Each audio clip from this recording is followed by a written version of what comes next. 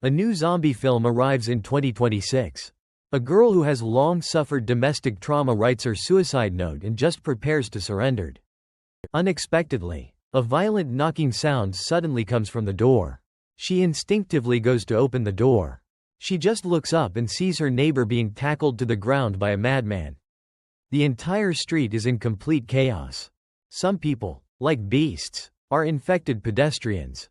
Sloane has not yet figured out what is happening when a woman with a mouth full of blood appears before her and stares intently at her. Sloane is scared stiff and freezes in place.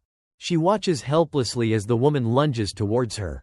Fortunately, her father appears just in time and pulls her into the house.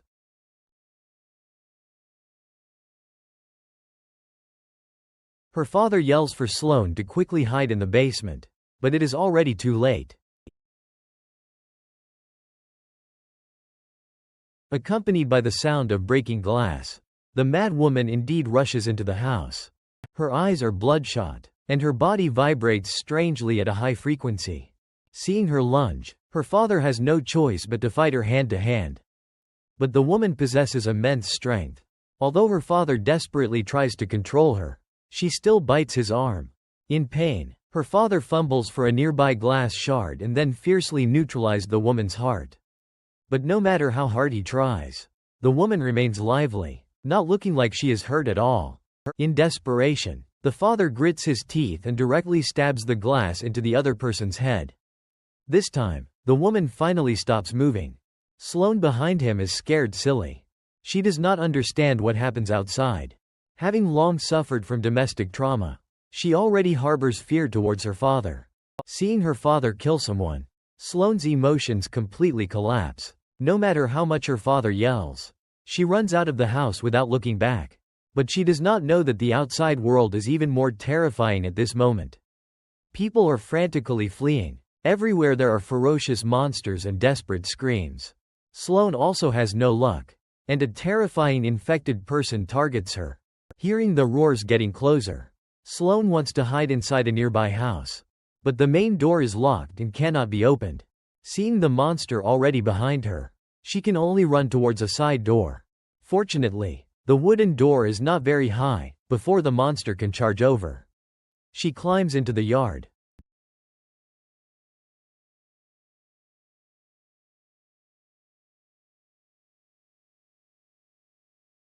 Seeing the zombie still flailing its limbs, Sloane is scared and hides behind a tree.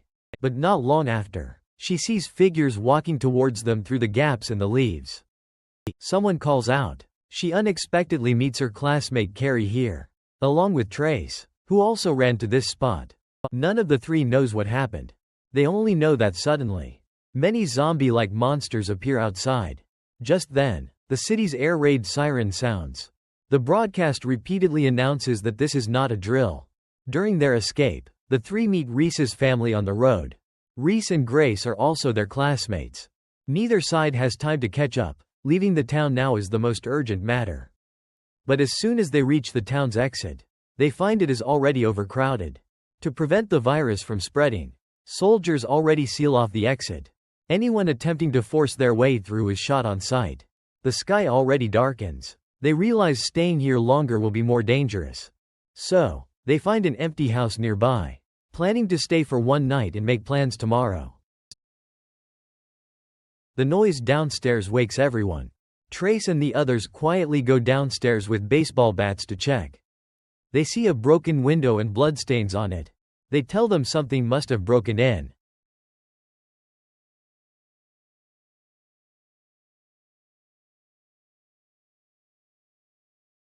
Zombies break in, which means this place is no longer safe. They no longer dare to stay. They can only rush out onto the street in a hurry. As they pass a corner, Trace notices the school is very quiet. Most importantly, it is surrounded by an iron fence. Students are already on winter break. That place should be the best hiding spot. Thinking of this, the group immediately heads towards the school. Although they are very careful, they still encounter a zombie ambush on the way. Reese's mother covers the group and voluntarily stays behind to attract the zombies, to buy the children time to escape. However, Unlucky Sloane is still tackled by a zombie. Reese, her classmate, does not abandon her. Blood covers Sloane's face, but they cannot worry about that now. The group frantically runs towards the school. Finally, they safely climb over the iron fence and arrive at the school. Although they arrive at the closed school, the danger is not over. Soon, they hear dull thumping sounds from outside. The other side of the school seems to be surrounded by zombies. They immediately barricade all exits and entrances with tables and chairs. This temporarily holds them off for a while. However, just as they want to rest, a huge explosion sounds.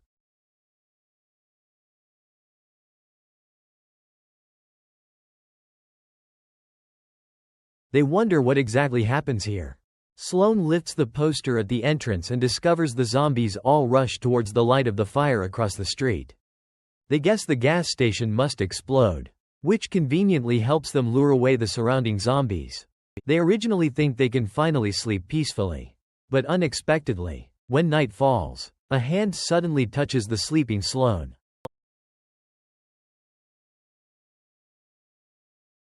Sloane is woken by this sudden disturbance. She originally thinks it is just a nightmare from being overly frightened. So she goes to the bathroom to wash her face.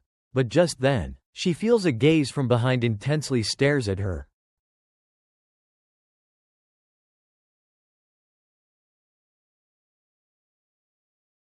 Although the other person's movements are very fast, Sloane still sees the fleeting figure. She quickly returns to the court and wakes her companions. Upon learning that someone breaks into the school, everyone dares not be careless. They immediately search every corner of the school. To prevent the other person from being infected, the few people dare not make a sound. In such a quiet environment, inside the cabinet in the warehouse, the snoring sound coming from inside is very harsh. Sloane carefully opens the cabinet. Sure enough, a sleeping man lies inside. The man still tightly grips a handgun. While the man is still sound asleep, Sloane quietly takes the gun from his hand. This action also directly wakes the man.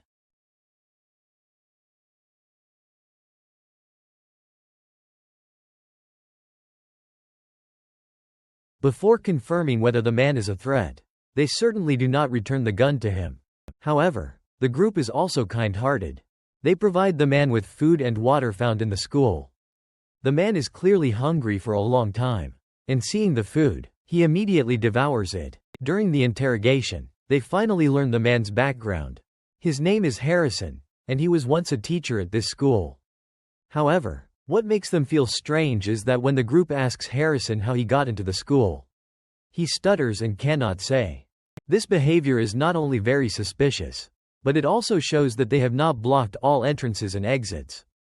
There are still loopholes in the school's security. If Harrison can get in, those infected people can also get in. Sloane is not fooled by Harrison's performance. She clearly feels that someone touches him on the basketball court. Since Harrison arrives at the school earlier than them, she wonders why the man keeps hiding in the dark, peeking at them. When faced with such a question, Harrison answers in a particular way. Harrison's words seem a bit inexplicable. However, my understanding is that he has some special peculiar habits. After they finish eating, Trace takes Harrison to the bathroom under the pretext of cleaning. Then, while Harrison washes up, Trace secretly observes him. Meanwhile, Sloane remains very vigilant, believing the man is not a good person. So she tells Carrie to hold onto the pistol tightly. As they discuss what to do next, Trace runs back in a panic.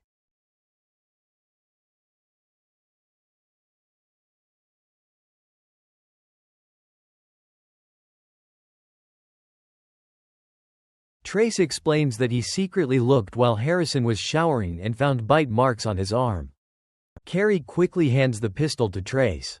As they discuss whether to shoot Harrison directly, he already appears behind them.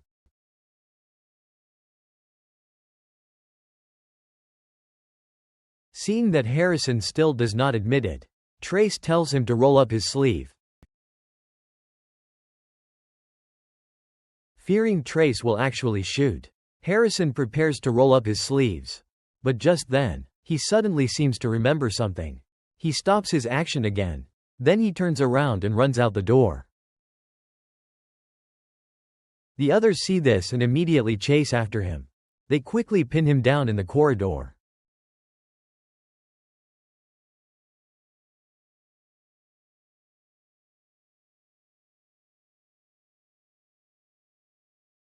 When they see the bite mark, everyone is still startled. However, Harrison still defends himself. He claims it is not what they think. Hearing this, Carrie steps forward and touches Harrison's hand. His hand still has warmth. Normally, infected people's body temperature slowly disappears with mutation. But Harrison's body temperature is still normal, which indicates that he has not mutated. But even though Carrie is willing to believe, the others still dare not take the risk. Even if there is only a 1 in 10,000 chance of mutation, they probably dare not gamble. Except for Carrie. Everyone yells for Sloan to shoot quickly. They yell at Sloan to shoot, but he begs them not to.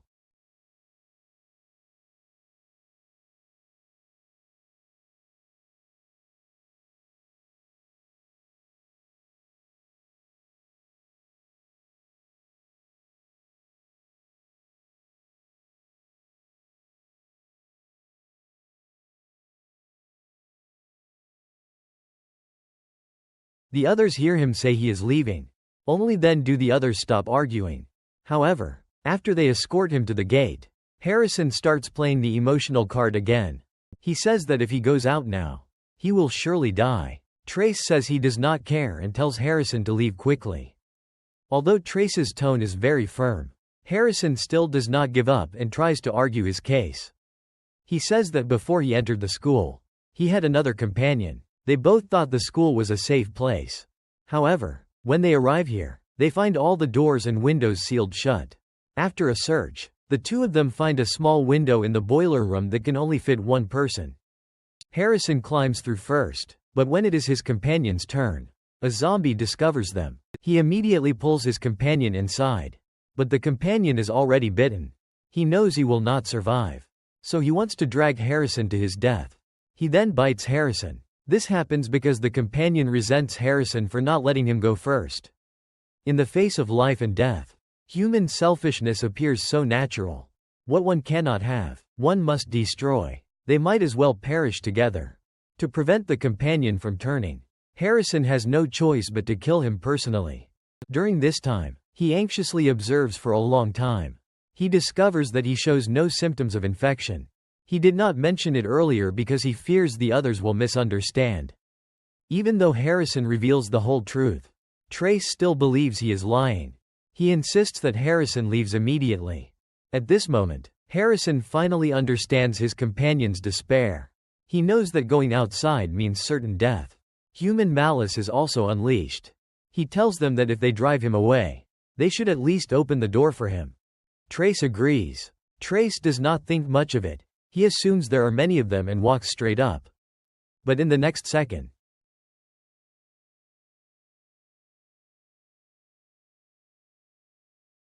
Harrison chooses the same method as his companion, biting Trace's hand and wanting to go down fighting. This action completely enrages Reese. He grabs the handgun, wanting to directly kill the other person. Unexpectedly, even at this moment, Carrie rushes up to persuade Reese to calm down. After speaking, he disregards the opinions of others, directly opens the door, and pushes Harrison out. Although Harrison is dealt with, a new problem arises. Harrison's previous action still divides the team. Looking at the bitten Trace, Reese questions why they do not also drive him out. Now his condition is exactly the same as Harrison's was before. Reese asks Trace why he does not go out too. Trace reminds them that he is the one who brought them into the school. Trace asks Reese what he wants to do. Someone tells Reese to calm down, stating that Trace is fine. Reese argues that Trace has already been bitten by Harrison. Someone tells him to calm down. Fortunately, the other three still possess some reason, urging Reese not to be too extreme. However, to be safe, they decide to lock Trace up alone and observe him for a few days. Grace, who always has a low presence, takes the initiative to assume responsibility for caring for Trace to express her younger brother's apology. The original plan is to observe Trace for 3 days. But Grace already has other ideas in her mind. After everyone leaves, she releases Trace and takes him to the boiler room, because Grace wants to confirm if what Harrison says is true. Sure enough, they find that small window inside, along with a badly smashed body. These are enough to show that Harrison does not lie.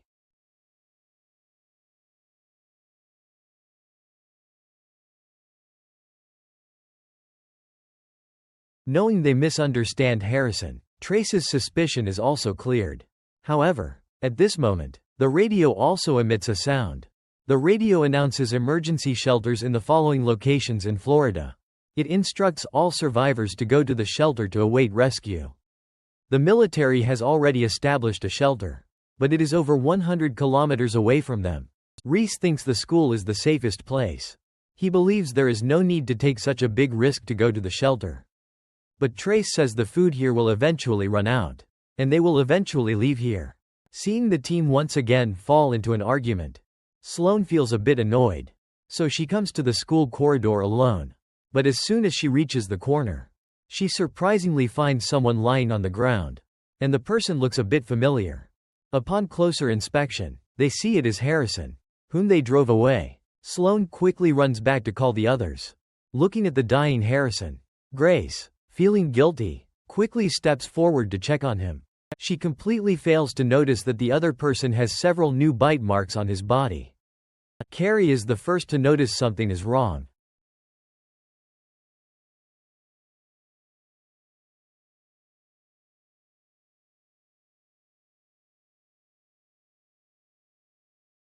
Harrison shoves Grace to the ground. Seeing this, Sloane disregards the danger and wants to go help. At this moment, Reese, who is holding a weapon, instead panics. He is frozen in place, scared by the scene before him. Listening to his companions telling him to quickly shoot, he does not even aim and directly pulls the trigger. Seeing that Harrison still does not fall, Trace snatches the pistol and steps forward. He directly eliminates Harrison's head with a single shot. After everything calms down, Grace only then realizes that her younger brother's shot just now actually hits her. Reese is somewhat distraught. Not long after, Grace stops breathing. It must be said, the most foolish character in the entire show is the younger brother, Reese. Grace's death plunges the group into sadness. But Reese takes out his anger on Sloane. He believes it is all because of Sloane's obstruction, making him unable to see clearly and causing the bullet to miss. This is a typical mindset of immature people.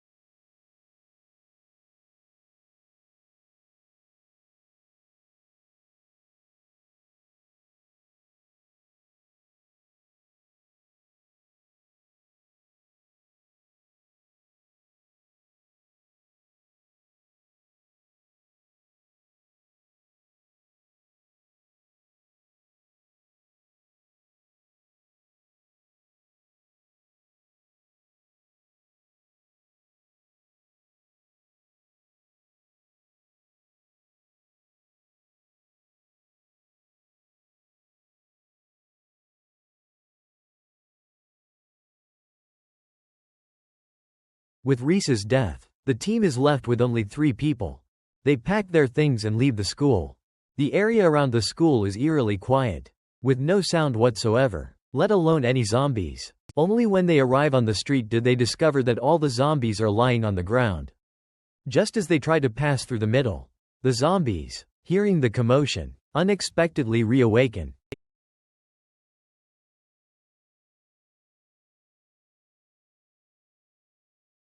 Sloane pulls out her pistol, wanting to shoot, but only now realizes it is already out of bullets. Seeing that the situation is bad, they can only run. They casually set off a car alarm. While the zombies are attracted by the alarm, they manage to leave the monsters behind. But they haven't gone far before they discover a large number of zombies ahead again. Continuing on the main road is clearly not an option.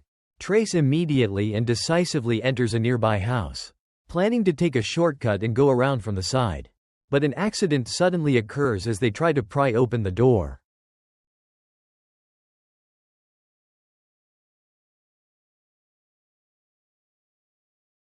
Although they manage to destroy the alarm device in time, the surrounding zombies are still attracted. Trace knows this situation is not sustainable. He decides to sacrifice himself to create an escape route for the others.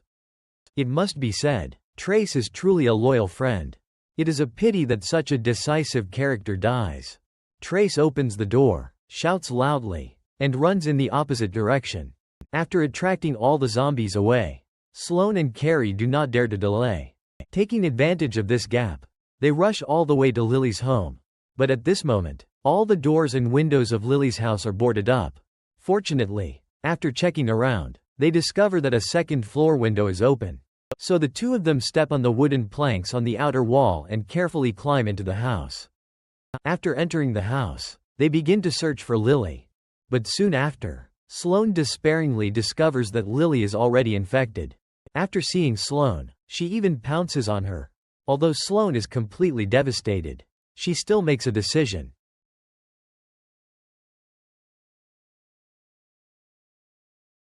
At this point in the film, only Sloane and Carrie remain. They drive Lily's car to the shelter. This concludes the latest zombie film from 2026, titled, This Is Not a Drill. This film is not a traditional R-rated zombie movie. There is no protagonist halo here. No antibody vaccine. Only the most real despair in the apocalypse and the struggle of human nature. Director Adam reveals before the film's release that he is a huge fan of The Walking Dead, and the show greatly influences his work. He transitions from an arthouse director to a thriller director, and this film proves to be very successful. Under his description, the terrifying element is not the zombies, but the myriad facets of human nature revealed during the apocalypse. Some individuals are cowardly and selfish, only caring about their own escape. Others are selfless, willing to sacrifice themselves for others. However, he also uses the apocalypse to question human nature. Sloane, who originally suffers from long-term domestic trauma and seeks death, ultimately fights desperately to live until the very end. This also tells viewers that there is no true dead end in life. Even if one falls to rock bottom and lives in the apocalypse, there is still a chance to turn things around.